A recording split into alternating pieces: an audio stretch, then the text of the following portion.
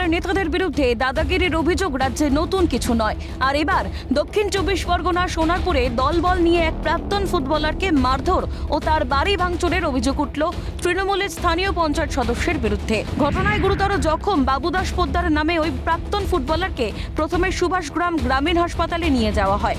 সেখানে তার অবস্থার অবনতি হলে একটি বেসরকারি হাসপাতালে তাকে স্থানান্তরিত করা হয়। সোনারপুর 2 নম্বর গ্রাম পঞ্চায়েতের শীতলা এলাকার ঘটনা। এই ঘটনায় উভয় পক্ষের তরফে সোনারপুর থানায় একে অপরের বিরুদ্ধে অভিযোগ দায়ের করা হয়েছে।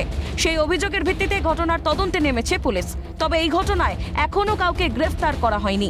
জানা গিয়েছে ঘটনার সূত্রপাত মঙ্গলবার বিকেলে। ওই দিন বিকেলে বাবুদাস পোদ্দারের বাড়ির একটি সেপটিক ট্যাঙ্কের উপর স্থানীয় এক শিশু খেলা করছিল। জানা যায় ওই জায়গাটি ভাঙা থাকায় সেখান থেকে শিশুটিকে নেমে যেতে বলে বাবু। তবে শিশুটি তার কথা না শোনায় তাকে লাথি মারা হয়। এমনকি তার গলায় পা তুলে চেপে রাখা হয় বলেও অভিযোগ শিশুটির পরিবারের। সব জায়গায় সব চাপালি ফাপালি ধুলো, সারা শরীরে লাল পিঠ, আমার ছেলে এমনি ফর্সা, সারা পিঠময় লাল, মানে পুরো লাল দাগ, চাবড়া চাবড়া দাগ, থাই ফাই সব বাথরুম করে ফেলেছে ছেলে। কি হয়েছে না, এই যে বাড়িটা যাকে নিয়ে আজকে এত ঘটনা, তার বাড়ির উপর দিয়ে আমার ছেলে হেঁটে গেছে। মানে তার বাড়িও নয়, পাঁচিলটা টপকে আমার ছেলে হেঁটে গেছে। তাকে রাস্তার মধ্যে ফেলে 3-4 বার কুত্তার মতো আমরা ফুটবল যেরকম লাথি মারি, ফুটবলের মতো লাথি মেরে বাচ্চাটার গলার উপর পা তুলে দাঁড়িয়ে গেছে। যদিও প্রাক্তন ফুটবলারকে মারধরের অভিযোগ উড়িয়ে দিয়েছেন স্থানীয় তৃণমূল নেতা তথা পঞ্চায়েত সদস্য নারায়ণ দাস। লোকজন নিয়ে এসে মারপিট, এখানে মিনিমাম থানা থেকে যারা এসেছিল মিনিমাম দেখেছে 60-70 জন মহিলা ওখানে দাঁড়িয়ে গেটের বাইরে। 60-70 জন মহিলা ছিল, 20-25 জন ছেলে ছিল, সবাই দেখেছে কারা মেরেছে না মেরেছে। এখানে তো লুকোনোর কোনো গল্প নেই। আর তা সত্ত্বেও আমি 3-4 বার থানায় ফোন করেছিলাম, যেহেতু আসতে লেট হয়েছে। এবার উত্তেজিত জনতা, সে বারবার একই ঘটনা যদি ঘটে যায়, এটা যদি কোনো বাচ্চা মেয়ের হতো তো মরে যেত ওখানে।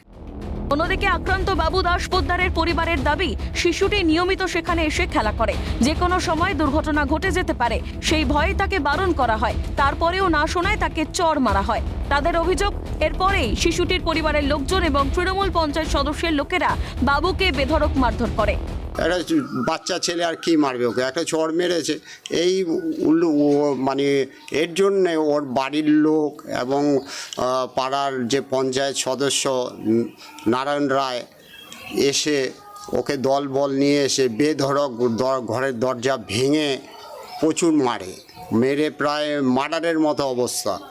তো এই পরিস্থিতিতে শাপল, রড, চাপাটি দিয়ে এসে লোকজন নিয়ে এসে এবং ঘরের বাইরের লাইটটাকে খুলে অন্ধকার করে লোকজন ঢুকিয়ে ঘরের মধ্যে দরজা ভেঙে মেরেছে। যে স্থানীয় পঞ্চায়েত সদস্য রয়েছে সোনারপুর 2 নম্বর গ্রাম পঞ্চায়েতের শীতলা এলাকার, সেই পঞ্চায়েত সদস্য নারায়ণ দাসের নেতৃত্বে প্রচুর লোকজন বাড়িতে আসে, বাড়িতে ভাঙচুর করে, এমনকি লোহার রড শাবল দিয়ে প্রাক্তন ফুটবলার বাবু দাস পোদ্দারকে বেধড়ক মারধর করে। এবং তারপর থেকে তাকে প্রথমে নিয়ে যাওয়া হয় সুভাষগ্রাম গ্রামীণ হাসপাতাল এবং সেখানে তার অবস্থার অবনতি হয়। একটি বেসরকারি হাসপাতালে তাকে নিয়ে যাওয়া হয়েছে, তার মাথায় অপারেশন হয়েছে। সেই জায়গায় হাসপাতালে চিকিৎসাধীন। অর্থাৎ সময়টা দেখো, মঙ্গলবার বিকেলের ঘটনা, আজকে হচ্ছে শনিবার সকাল।